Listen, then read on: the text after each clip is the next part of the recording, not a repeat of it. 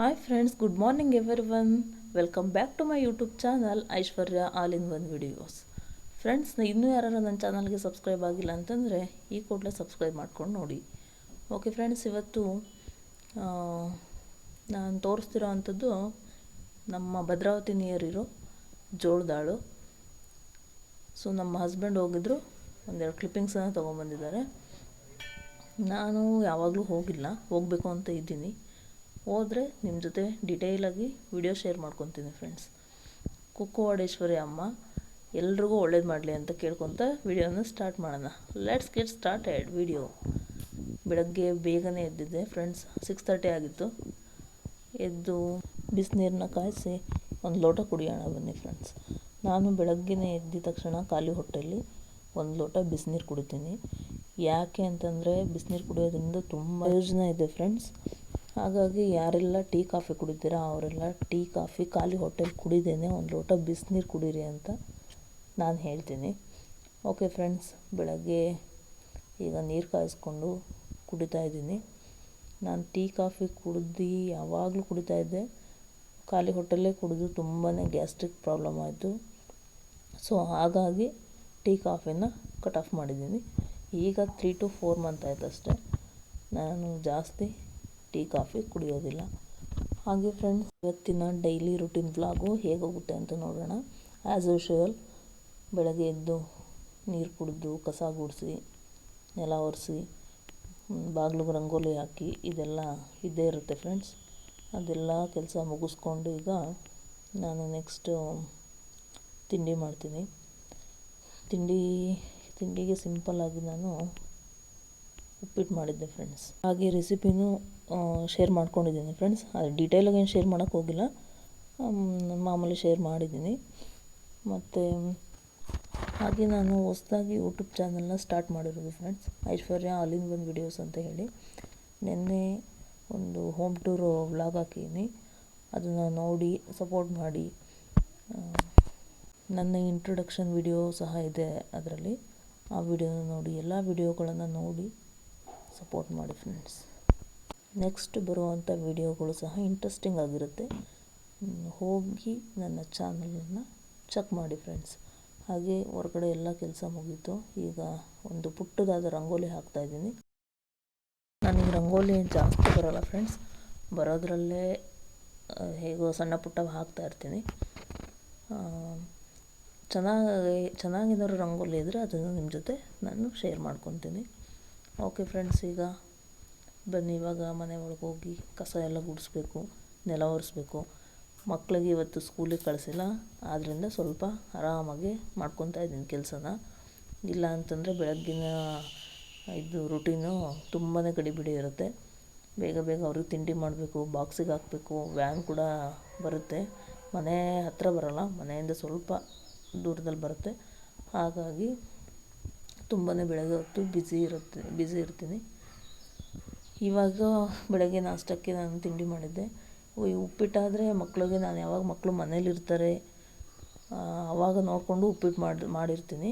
ಯಾಕಂದರೆ ಸ್ಕೂಲಿಗೆ ಬಾಕ್ಸಿಗೆ ತೊಗೊಂಡೋಗಲ್ಲ ಅವರು. ಬೆಳಗ್ಗೆ ಬಿಸಿ ಇದ್ದರೆ ತಿಂತಾರೆ, ಇಲ್ಲ ಅಂತಂದರೆ ಸ್ಕೂಲಿಗೆಲ್ಲ ತೊಗೊಂಡೋಗಲ್ಲ ಉಪ್ಪಿಟ್ಟನ್ನ. ಹಾಗಾಗಿ ಅವ್ರಿಗೆ ಯಾವತ್ತು ರಜೆ ಇರುತ್ತೋ ಆವತ್ತಿನ ದಿನ ಅವಲಕ್ಕಿ ಮತ್ತು ಉಪ್ಪಿಟ್ಟು ನಮ್ಮ ಮನೇಲಿ ಮಾಡಿರ್ತೀನಿ ಜಾಸ್ತಿ.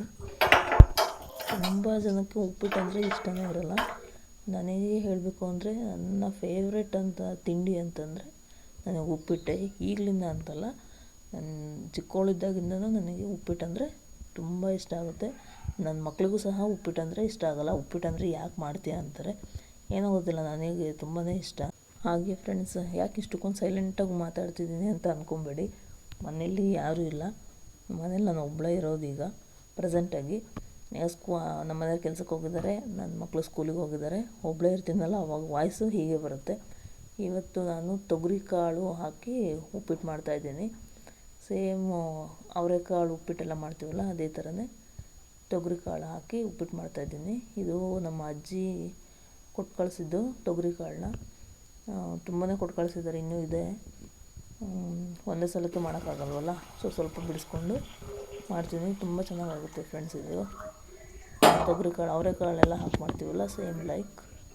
ಓಕೆ ಫ್ರೆಂಡ್ಸ್, ಈ ಕಡೆ ಬನ್ನಿ. ಇವತ್ತು ಯಾಕೆ ಸ್ಕೂಲಿಗೆ ಹೋಗಿಲ್ಲ ಹೇಳಿ. ಸ್ವಲ್ಪ ಕಾಣಿಸ್ತಿಲ್ಲ. ಹ್ಞೂ.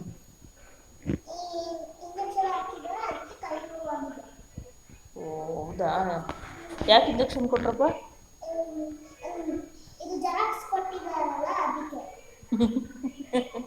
ಏನು ಜೆರಾಕ್ಸು? ಹ್ಞೂ. ಹಾಂ, ನಿಂಗೆಷ್ಟು ವರ್ಷ?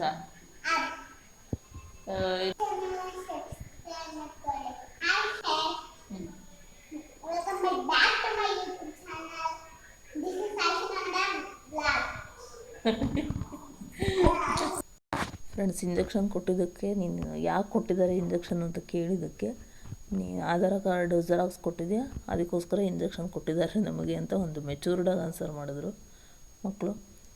ಓಕೆ ಫ್ರೆಂಡ್ಸ್, ಸ್ನಾನ ಎಲ್ಲ ಹಾಕಿ ಪೂಜೆನೂ ಆಯಿತು. ಈಗ ಸ್ವಲ್ಪ ಹೊತ್ತು ವಾಕ್ ಮಾಡಿ ಬರಬೇಕು. ಬೆಳಗ್ಗೆಯಿಂದ ಮಕ್ಕಳು ಇಂಜೆಕ್ಷನ್ ಕೊಟ್ಟಿದ್ದಾರೆ ಅಂತ ಮನೇಲೇ ಇದ್ವಿ. ಸೊ ಹೋಗಿ ವಾಕ್ ಮಾಡಿಕೊಂಡು ಆಮೇಲೆ ಸಿಗ್ತೀವಿ. ಮನೆಯಿಂದ ಸ್ವಲ್ಪ ಮೇಲ್ಗಡೆನೇ ಫ್ರೆಂಡ್ಸ್, ಅಲ್ಲಿ ಹೋಗಿದ್ವಿ. ಮಕ್ಕಳೆಲ್ಲ ಇದ್ದಾರಲ್ಲಿ, ಒಂದು ಸ್ವಲ್ಪ ಜನ ಮಕ್ಕಳಿದ್ದಾರೆ, ಎಲ್ಲ ಆಟಾಡ್ತಾಯಿದ್ರು. ಅವ್ರಿಗೂ ಸ್ವಲ್ಪ ರಿಲ್ಯಾಕ್ಸ್ ಆಗುತ್ತಲ್ಲ ಅಂತ ಹೇಳಿ ಕರ್ಕೊಂಡು ಹೋಗ್ತೀನಿ ವಾಕಿಗೆ. ಮಕ್ಕಳ ಜೊತೆನೇ ಇದ್ದರೆ ಅವ್ರಿಗೂ ಖುಷಿ ಆಗುತ್ತೆ, ಆಟ ಆಡ್ತಾರಲ್ಲ. ಹಾಗಾಗಿ ಮಕ್ಕಳ ಜೊತೆ ಸ್ವಲ್ಪ ಆಟಾಡ್ತಾಯಿದ್ರು. ನಾನು ಹಾಗೆ ಅಲ್ಲೇ ವಾಕ್ ಮಾಡ್ತಾಯಿದ್ದೆ. ಮನೇಲೇ ಕೂತ್ಕೊಂಡಿರ್ತೀವಿ ಯಾವಾಗಲೂ, ಎಲ್ಲೂ ಹೊರಗಡೆ ಜಾಸ್ತಿ ಹೋಗಲ್ಲ. ಹಾಗಾಗಿ ಏನು ಮೇಲ್ಗಡೆ ಅಷ್ಟೇ ಹೋದರೆ ನಮ್ಮ ಮನೆಯಿಂದ ಸ್ವಲ್ಪ ದೂರದಲ್ಲಿ ಹೋಗಿ ವಾಕ್ ಮಾಡಿಕೊಂಡು ಅಲ್ಲೇ ಅಂಗಡಿ ಹತ್ರ ಸ್ವಲ್ಪ ನನ್ನ ಫ್ರೆಂಡ್ ಇದ್ದಾಳೆ, ಅವಳನ್ನ ಮಾತಾಡಿಸ್ಕೊಂಡು ಬರ್ತೀನಿ ಫ್ರೆಂಡ್ಸ್ ಅಷ್ಟೇ. ಓಕೆ ಫ್ರೆಂಡ್ಸ್, ಇವಾಗ ನನ್ನ ಮಕ್ಕಳು ಮಾತಾಡಿದ್ದಾರೆ, ಅದನ್ನು ನೋಡಿ ಹೇಗೆ ಮಾತಾಡಿ.